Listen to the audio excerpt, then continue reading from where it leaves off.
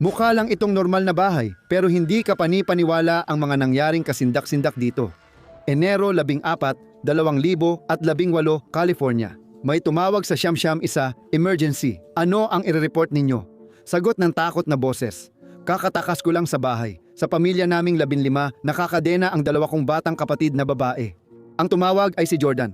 17 taong gulang, nanginginig ang mga kamay at mabigat ang paghinga. Alam niyang wala siyang gaanong oras. Maaaring hinahabol na siya ng mga umalipin sa kanya. Pero nasaan siya? Hindi niya alam ang address or spelling ng apelyido niya. Sabi niya sa dispatcher, "Hindi pa ako nakakalabas. Pakiusap, dumating kayo agad," sabi niya. Mapapansin nilang nawawala siya. Sa bahay sa kanto, nandoon si David Turpin, isang computer engineer na hindi pa naaresto. Sa ibang tao, siya ay matagumpay. Nakasulat sa kanyang resume ang mga pangalan ng Lockheed Martin at Northrop Grumman. Ang kanyang pamilya ay mayaman at itinuturing na haligi ng komunidad. Kaya nang pakasalan niya si Luis, na 16 na taong gulang pa lang noon, napalingon ang mga tao. Nang makilala ni Luis si David, isa siyang naglayas na dalagita. 23 taong gulang siya noon, pero mismong pamilya ni Luis ang nagbigay ng basbas. Dahil kay David na edukado, umaangat siya iyon ang akala ng lahat. Sabi nila, inutos ng Diyos na magkaanak sila ng marami kaya ginawa nila ito, at Diyos ang saksi. Hanggang 2010 nakatira ang pamilya malapit sa Fort Worth, Texas. Nasa dulo ng maputik na daan ang bahay nila kaya konti lang ang lumalapit. Laging nakatakip ang kortina. Minsan may nakakakita sa kanilang nagtapon ng gamit sa labas ng bahay. Kadalasan mukhang bagong laruan. Maraming bagong bisikleta na di nagamit. Kinakalawang lang at itinatapon. Nagtataka ang mga kapitbahay kung bakit tinatapon ang mamahaling laruan. Hindi nila alam ang tunay na nangyayari. Pagsapit ng 18 ni Jennifer, dinala ng mga magulang ang karamihan sa mga bata sa trailer sa malayong bahagi ng kanilang lupa. Dinala nila ang 2 sanggol at sinabi sa iba na kailangan nilang mag-survive mag-isa. Isang beses sa isang linggo, dumadalaw si Luis dala ang pagkain. Pero halos hindi sapat iyon para mabuhay ang napakaraming bata.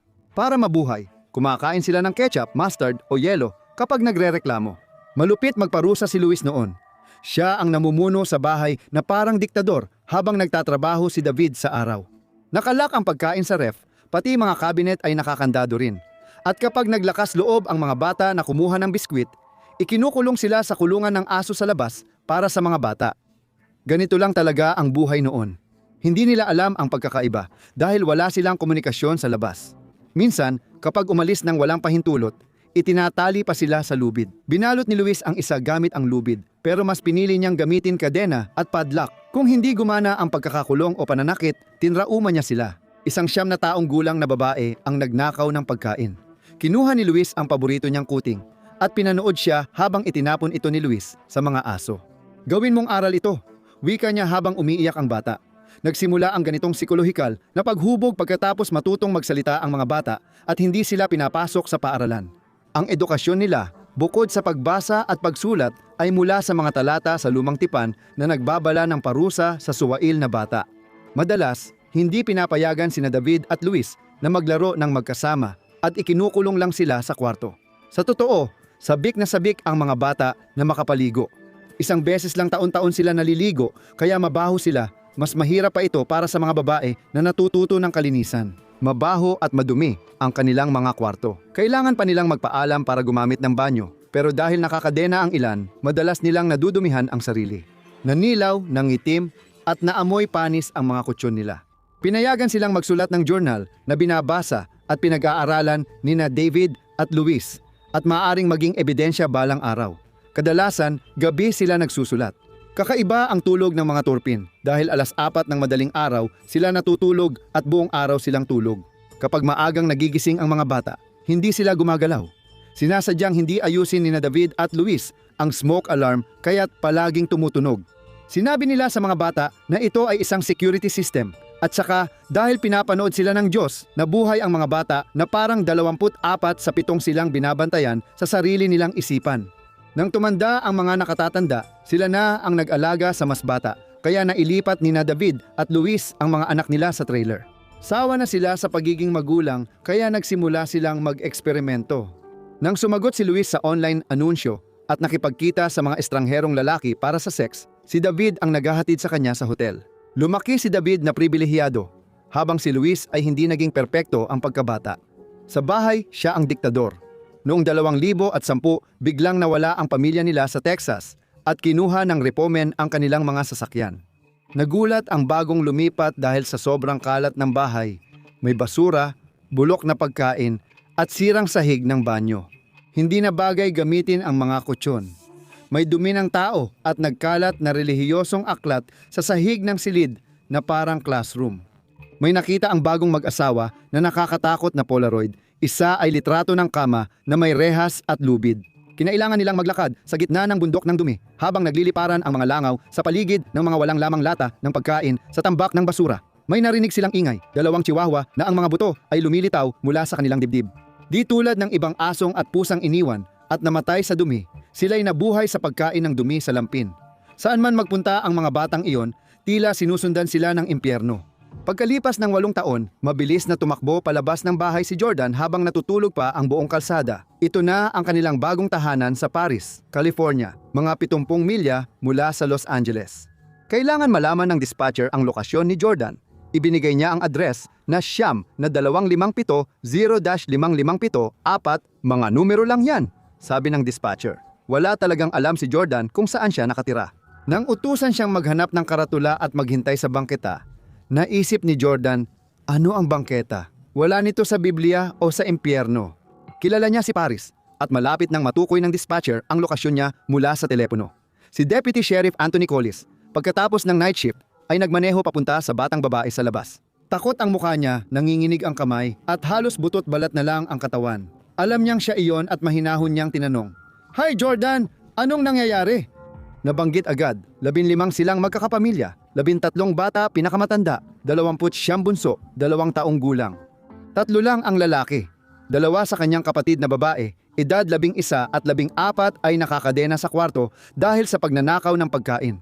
May isa ring lalaki sa kabilang kwarto na may malubhang problema.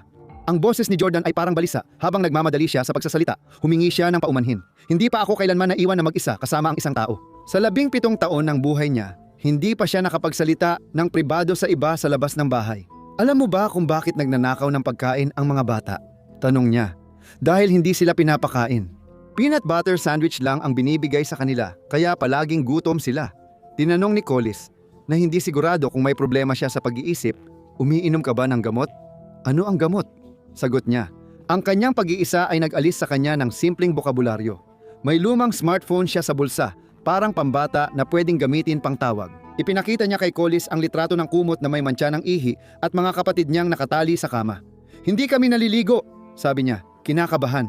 1 taon na mula nang huli siyang maligo. Sapat na ang nakita't narinig ni Collis. Sinabihan niya itong huwag magbura sa telepono habang inilalagay siya ng pulis sa ligtas na sasakyan. May sugat ka ba o pilay? Tanong niya kung kailangan dalhin sa ospital. Ano ang sugat o pilay? Sagot nito. Tumawag si Collis ng backup habang nagtatanong. Sabi ni Jordan, lilipat sila ng pamilya sa Oklahoma. Ang nanay niya ay stressed at nagbabanta na itali silang mga bata at pabayaan sa dumi. Natatakot siyang nabaliw na ang nanay niya at baka patayin sila. Pagdating ng backup, sumisikat na ang araw. Kumakatok ng malakas ang mga pulis sa pinto. Si Luis ang sumagot, kinakabahan, nilalaro ang kanyang buhok habang tahol ng tahol ang mga aso sa likuran. Nasa likod niya sa pinto si David, mahina ang ama, dominante at may problema sa pag-iisip ang ina. Nakakalaso na pagsasama. Hingal si Luis habang pinapasilip siya ng mga deputy. Nag-iimpake kami, sabi niya. Magulo dito. Wala mang search warrant, pero dahil sa agarang pangangailangan, pumasok agad ang mga pulis sa bahay. Amoy bulok na pagkain, basura, kalat sa sahig, walang lamang bote, tambak ng kahon at lata. Parang basta na lang itinapon lahat. Sumingaw sa ilong ng mga pulis ang amoy dumi ng tao. May tambak na kahon, laruan at damit ng bata, karamihan ay bukas at mukhang bago pa. Sa isa sa mga kwarto, 2 batang babae ang nakaupo sa maruming kutsyon sa sahig, takot na takot ang mga muka. Pwede ko bang makita ang mga pulsuhan ninyo? Tanong ng isa sa mga pulis. Hindi nakatali ang mga bata pero marahil pinalaya muna sila ng mga magulang bago buksan ang pinto. Habang iniinspeksyon ng isang pulis ang bahay, nanatili naman ang isa pa kay Luis at David malapit sa pintuan, pinanatili silang nandoon sa pamamagitan ng pakikipagkwentuhan. Napansin niyang di gumagalaw si David at nakita niyang may tinatakpan itong bukas na partisyon. Sarge, may isa pa tayong kwarto sa itaas ng double deck. Isang batang lalaki ang nakahigang nakakadena ang pulsuhan at bukong-bukong. Binuksan ng pulis ang aparador at kinuha ang mga kadena at padlock, kumalabog ang bakal sa kanilang mga kamay. I-detain sila, sabi niya sa isa pang pulis na nakatayo pa rin sa pintuan. Panahon na nina David at Luis para maranasan kung paano ang magkaroon ng mga kamay na nakaposa sa bakal. Ipinarada sila sa patrol car habang kunwari inosente si Luis. Hindi pa ako napapasama sa gulo. Ito ang unang beses para sa akin. Para bang hindi niya alam na may nagawa siyang mali. Dumating pa ang mas maraming pulis. Lahat sila ay naghahalughog sa bundok ng basura at mga kahon. Naghahanap ng mga susi para mapalaya ang bata. Sa huli, natanggal din ang mga kadena ng bata. Dinala agad sa ospital ang lahat ng 13 na bata. Pero mas nakakagulat pa ang kwento nila kaysa sa inaakala ng kahit sino. Kalahati ng mga bata sa bahay na iyon ay nasa pagitan ng 18 at 29 na taong gulang. Legal na adulto na sila. Pero iba ang pag-iisip dahil sa matagal na kakulangan sa nutrisyon. Marami ay may pinsala sa pag-iisip at ugat at ilan ay halos hindi makapagsalita. Dahil sa taon ng pagpapahirap, hindi nila alam ang tama at mali, nahadlangan ang paglaki at tila bata pa rin ang katawan. Ang pinakamatanda ay 82 pounds lang ang bigat. Hindi ito dahil kulang ang pagkain sa bahay kasi sobra pa nga roon. Nadiskubre ng pulis ang maraming walang laman na pizza box, paper bag, karton ng burger, malalaking Krispy Kreme box at ebidensya ng pumpkin pies. Parang imbakan ng fast food ang maruruming kwarto, kaya nagugutom ang mga bata dahil sa pagpapahirap. Madalas kumain sina David at Luis sa harap ng mga bata, pinapanood silang matakam. Minsan, iniiwan nila ang pizza sa mesa para tuksuhin ang mga bata na kumuha. Bitag ito, kapag nahawakan ang gilid ng tinapay, agad silang hinuhuli at iginagapos bilang parusa. Dekadang ganitong psikolohikal na pagpapahirap ang naranasan. Ginagamit ang pagkain bilang sandata. Ipinapakita ni David at Luis ang mga laruan sa mga bata pero hindi sila pinapalaro. Sasabihin nila, "Tingnan mo ito. Ang cute, ang astig, pero hanggang doon lang. Tingnan, huwag hawakan." Sinasabi sa mga bata na kasalanan nila yon dahil sa kanilang masamang ugali. Ganoon napunta sa labas ng bahay nila sa Texas ang mga bisikleta. Binili, ipinagyabang, pero di nagamit. Nasaktan nito ang isipan at puso ng mga bata. Puno ng mga hindi natanggap na regalo ang basurahan sa labas. Walang batang higit sa 2 baitang ang matalino. Nagsumite si David ng dokumentong nagsasabing nagpapatakbo siya ng paaralan. Ngunit ito'y kasinungalingan. Halos walang natutunan ang mga bata. Hindi nila naiintindihan ang mga simpleng salita o may ideya kung paano gumagana ang mundo. Hindi nila alam ang heograpiya. 2 digmaang pandaigdig o Superman. May iba, hindi pa alam ang pulis. Ang tanging pagkakataon lang na may natutunan sila ay noong, sa mga bihirang pagkakataon, pinayagan sila ni David at Luis na lumabas. Nangyari iyon sa Texas, kung saan pumupunta sila sa sapa para maglaro. Tinanong ng ibang bata ang pangalan nila, pero di sila sumagot. Sina David at Luisa ang nagsabing manatili silang walang pangalan at ipinagbawal ding lumabas ang mga bata. Sa mga ilang pagkakataon, nasabay-sabay silang lumabas, tulad noong nagpanibagong sumpaan ng kasal sina David at Luis sa Las Vegas. Hindi mo mahahalata na ang mga batang ito ay biktima ng panghabambuhay na pagpapahirap. Sa Facebook, mukhang masaya silang lahat. Ang mga babae ay suot lilac at purple na plaid na damit, ang mga lalaki naman ay naka-Amerikana at lahat ay payat at nakangiti. Ang sanggol na naka-pink lang ang natatanging sobrang taba. 3 beses silang nagsumpaan muli ng kasal noong 2011, 2013 at 2015. Sa bawat pagkakataon, isang gumagaya kay Elvis ang nagkasal. Oh, masaya ito para sa mga bata. Hindi nila alam ang mali sa buhay nila. At mula pagkabata tinuro na dapat sumunod sa magulang dahil si Mommy at Daddy raw ay nagsasalita para sa Diyos.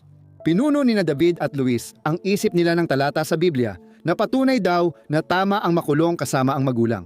Nakikita at pinarurusahan ng Diyos ang masamang bata. Lumaki sila na may mga larawan sa kanilang isipan ng mga ulo ng bata na binabagsak sa mga bato. Wala silang alam na iba. Pagkatapos lumabas ang katotohanan, ang mga mas batang bata ay ipinadala upang manirahan kasama ng mga foster na magulang. Nagpakasal si Jennifer. Sila ni Jordan ay nagsalita sa telebisyon pero ang iba ay umiwas sa atensyon. Pinabayaan ng estado ang isa sa mga pinakabatang babae. Pinatayo buong araw sa isang lugar at binigyan ng pampatulog.